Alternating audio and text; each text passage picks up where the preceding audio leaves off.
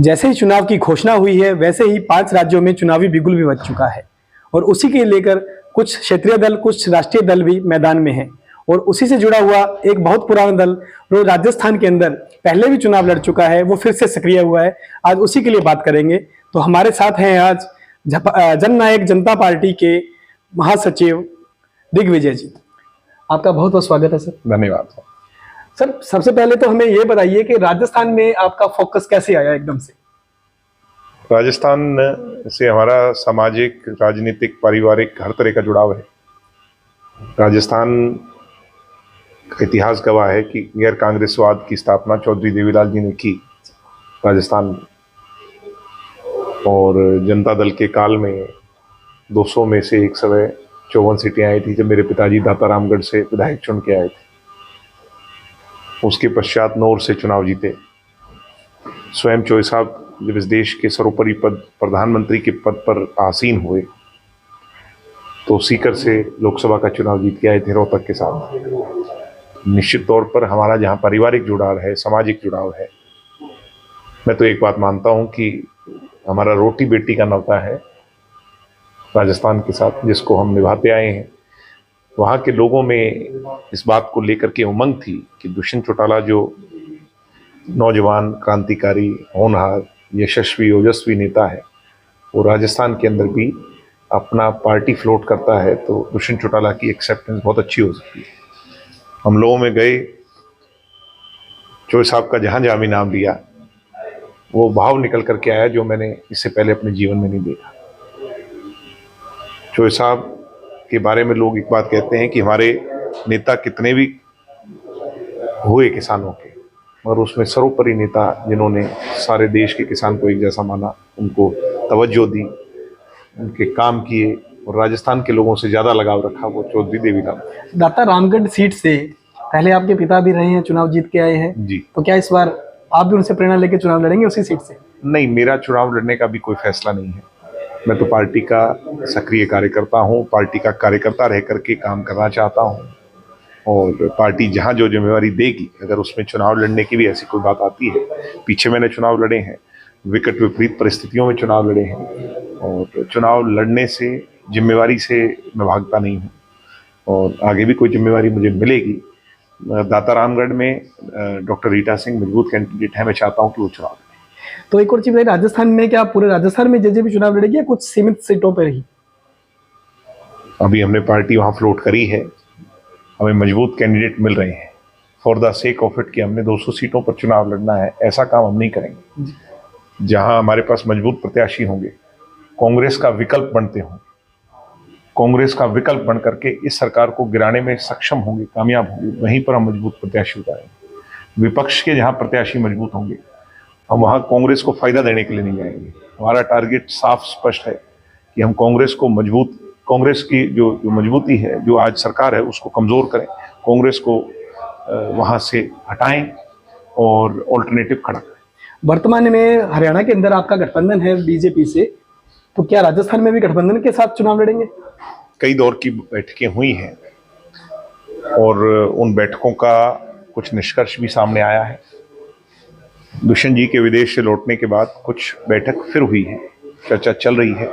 होता नहीं होता है, मगर भारतीय जनता पार्टी के साथ मोरल अंडरस्टैंडिंग जननायक जनता पार्टी की रहती है।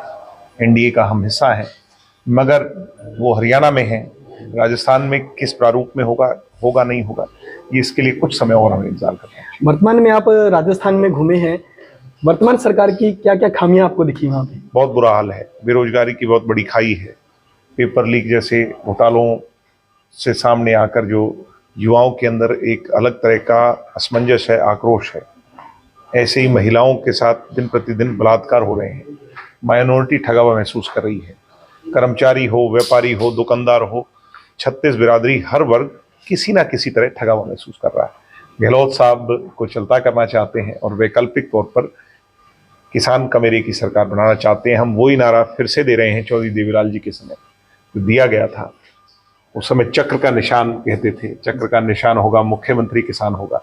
आज हम कह रहे हैं चाबी का निशान होगा मुख्यमंत्री किसान होगा। तो एक और चीज बताइए, अभी आप कह रहे हैं हम पूरी सीटों पे चुनाव लड़ने में अभी हम सोच भी नहीं रहे हैं, तो अच्छी खासी सीटों में अगर जेजेपी जीतती है और गठबंधन से वहां पे कोई सरकार बनती है, तो क्या दिग्विजय चौटाला उप मुख्यमंत्री होंगे राजस्थान के? नहीं, ये बहुत हाइपोथेटिकल है और मेरी कतई ऐसी कोई सोच नहीं है, ना ही मेरी पार्टी की ऐसी कोई सोच है। हमारा वहाँ के लोगों को आगे बढ़ाने की नीयत है। अंत में हमें तो युवाओं के हरियाणा लिए- में बहुत स्पेस, हरियाणा के लोगों ने बहुत प्यार स्नेह, दिग्विजय को कभी लड़ना होगा तो हरियाणा से मैं चुनाव लड़ूंगा, मगर मैं ये मानता हूँ कि वहाँ की नई पीढ़ी को आगे बढ़ाने का अवसर जेजेपी देगी, पहले चुनाव में देगी। और मैं बड़े विश्वास भरोसे से कह रहा हूँ, तो आपको बड़े विश्वास से कह रहा हूँ कि रिजल्ट वाले दिन, अगले दिन हम बात करेंगे जब हमारी शुरुआती तौर पर जेजेपी की बहुत सी सीटें जीत करके हम आएंगे। और मैं कोई उसके लिए काल्पनिक बहुत बात शुभकामनाएं नहीं, आपको काल्पनिक पहले ही बात दे रहा नहीं हूं मैं। करता। जैसा हरियाणा में हुआ, हो सकता है, मैं नहीं कहता कि होगा, हो सकता है, हालात ऐसे बन रहे हैं कि किसी एक की सरकार ना आए और वहां की विधानसभा की का जो ताला है वो जेजेपी की चाबी। मतलब दिग्विजय चौटाला जो है वो किंग नहीं, किंग मेकर की भूमिका में होंगे राजस्थान में, ये मैं कह सकता हूँ।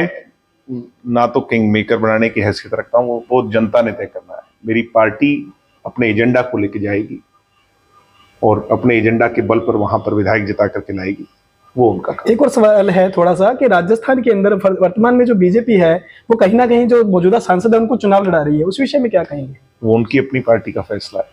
लेकिन अभी आपकी गठबंधन की उनसे चर्चा चल रही है, कहीं ना कहीं आप भी मदद करेंगे कि गठबंधन होता है उनका? अगर गठबंधन होता है तो निश्चित तौर पर दोनों मिलकर लड़ेंगे, 1 और 1 11 का काम है।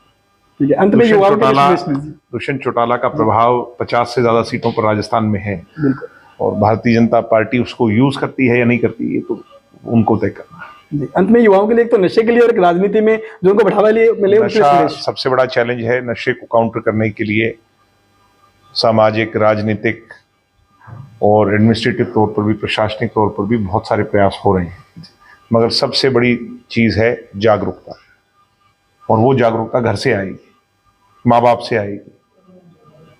और मैं ये मानता हूँ उसके लिए एजुकेशन सबसे जरूरी है।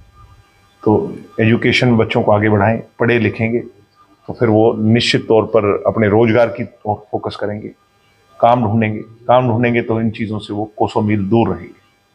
तो मैं ये मानता हूँ कि वो खाली दिमाग शैतान का घर, जिसको कुछ नहीं मिलता फिर वो नशे की तलाश में आगे बढ़ता है, तो ऐसा ना हो।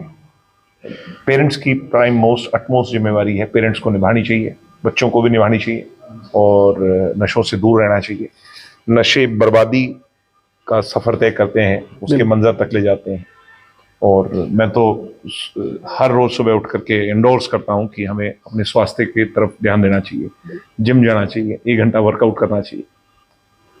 तो आपको पहले राजस्थान चुनाव के लिए मैं बहुत बहुत शुभकामनाएं देता हूँ। तो आज के लिए इतना ही। नमस्कार।